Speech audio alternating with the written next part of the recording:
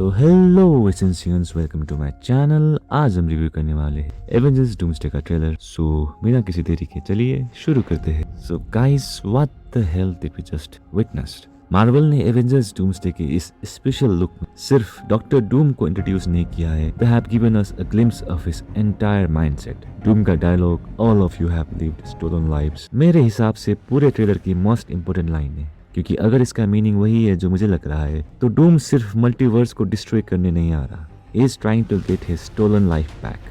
और इसी एक आइडिया से Doomsday, Incursion, X Men, Fantastic Four, Loki और सीक्रेट वॉर्स सब कनेक्ट हो सकते हैं। तो चलिए ट्रेलर को डिटेल में ब्रेक डाउन करते हैं। ट्रेलर में सू स्टॉर्म का डायलॉग डूम को एक इंटरेस्टिंग पर्सपेक्टिव देता है। ऐसा लगता है कि विक्टर वॉन डूम शुरू से इविल नहीं था। मेरी बिगेस्ट थ्योरी यही है कि डूम ने अपनी लाइफ में कुछ बहुत प्रीशियस लूज किया है। सबसे लाइकली उसकी मदर सिंथिया वॉन डूम, और पॉसिबली उसकी वाइफ और सन का भी कनेक्शन हो, जो हम उस पोर्ट्रेट में देख सकते हैं। और यहीं से आती है मदर थ्योरी। कॉमिक्स में डूम की मदर का कनेक्शन मेफिस्टो और हेल से है। विक्टर अपनी मदर को वापस लाने की ऑब्सेशन में डेंजरस मैजिक, डार्क मैजिक तक पहुंचता है। तो एमसीयू अगर इस कंसेप्ट को अडैप्ट करता है, स्टोरी कुछ ऐसी हो सकती है।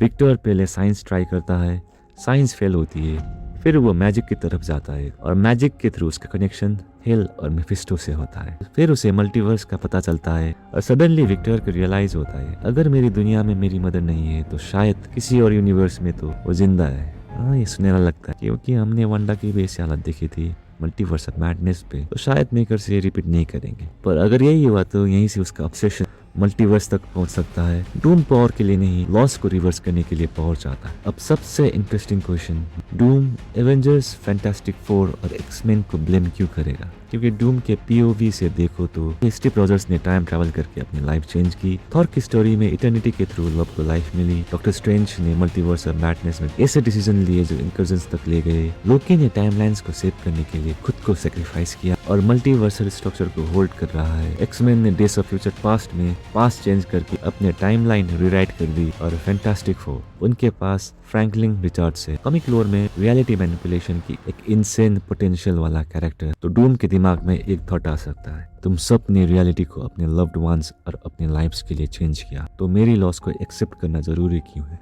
और इसीलिए you have lived stolen lives का कोट आता है। ये लाइन एक्चुअली डूम का फिलोसॉफी स्टेटमेंट हो सकती है। उसके लिए हीरोज ने रियलिटी से कुछ चुरा लिया है और अब वो भी अपना हिस्सा लेने आया है। अब आते हैं इंकर्जन्स पर। एक पॉसिबिलिटी है कि अर्थ 616 और अर्थ 1005 यानी एक्समैन यूनिवर्स के बीच कोलिजन्स हो रहा है, लेकिन एग्जैक्टली कौन सी अर्थ से कोलाइड कर रही है ये अभी ऑफिशियली क्लियर नहीं है। मगर हम फर्स्ट ट्रेलर को देखें तो वहाँ पर हम 3 अर्थ क्लियरली देख सकते हैं। एक तो हमारा अर्थ 616, एक होगा हमारा एक्समैन का यूनिवर्स, एक फैंटास्टिक फोर का यूनिवर्स हो सकता है। और इसी कंफ्यूजन ने एक क्रेजी फैन थ्योरी को जन्म दिया है, टोबी मैगवायर की स्पाइडरमैन अर्थ। थ्योरी है कि एक्समैन की अर्थ और टोबी की अर्थ एक इंकर्जन के डेंजर में है और एक्समैन शायद टोबी की रियलिटी को डिस्ट्रॉय करने की कोशिश कर रहे हैं ताकि अपनी यूनिवर्स को बचाया जा सके। टोबी का स्पाइडरमैन लिटरली अकेला एक्समैन के अगेंस्ट, ये कंफर्म नहीं है, but as a theory it sounds insane. और मार्वल ने इसे डूम्सडे में यूज नहीं किया तो सीक्रेट वॉर्स इसके लिए एक परफेक्ट स्टेज है। अब एक सेकंड के लिए स्टोरी साइड में रखते हैं। Doom is farming aura. Doom is literally farming aura in the whole trailer में जब डूम बिल्डिंग से बाहर निकलता है या फिर फेंका जाता है, आई डोंट नो, पर वो हवा में होने के बावजूद नीचे गिरने के बाद बंदा परफेक्टली खड़ा हो जाता है। नो पैनिक, नो रिएक्शन, बस डूम फार्मिंग इज ओरा। और जो चीज उसके पास से गुजरती है, what was that? Is it Thor का म्योलनिर जो हमारे कैप ने फेंका है, या फिर कैप्टन अमेरिका का शील्ड जो विल्सन ने फेंका है, या फिर हमारा बेन ग्रीन का द थिंग, या डूम का खुद का मैजिकल सिजिल? ट्रेलर में शॉट इतना कम रखा है कि हम सब सीआईडी इन्वेस्टिगेशन कर रहे हैं। मेरी favourite possibility, it could be Doom's own magic, but honestly Marvel ने जानबूझकर मिस्ट्री छोड़ी है और इसे लैंडिंग के बाद जो ऑरा मिलता है, RDJ as Doom is absolutely farming it, और is it even RDJ as Doom? Now that's another question to ask for. अब सबसे बड़ा क्वेश्चन, डूम बैटल वर्ल्ड बनाएगा कैसे? मेरे हिसाब से 4 पॉसिबिलिटीज हो सकती है। फर्स्ट इज ऑब्वियसली लोकी। डूम लोकी को किल करने के बजाय उसे मैनिपुलेट कर सकता है। इमेजिन डूम सिंह, तुमने टाइमलाइंस बचाने के लिए सब कुछ सेक्रीफाइस किया, मैं उन्हें एक्चुअली फिक्स कर सकता हूँ। लोकी ट्रस्ट करे डूम के ऊपर और डूम उसकी पावर या सिस्टम को हाईजैक कर ले। लोकी को मारना पॉसिबल है, but manipulation would be far more interesting. But Loki himself is got a manipulation tool, तो शायद लोकी को मैनिपुलेट करना तो मुश्किल ही होगा।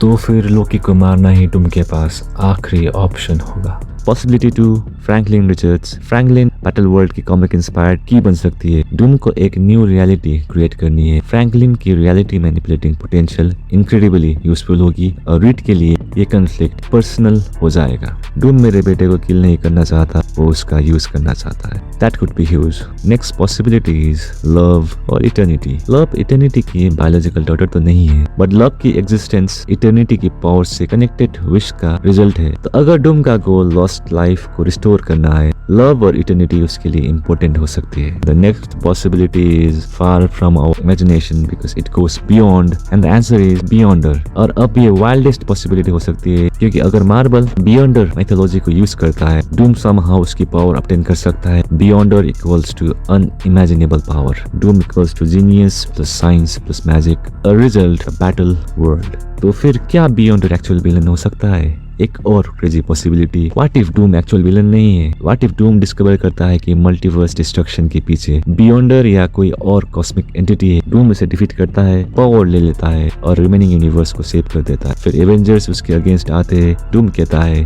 I saved you. एवेंजर्स से you imprisoned us and that could be the heart of the secret Wars.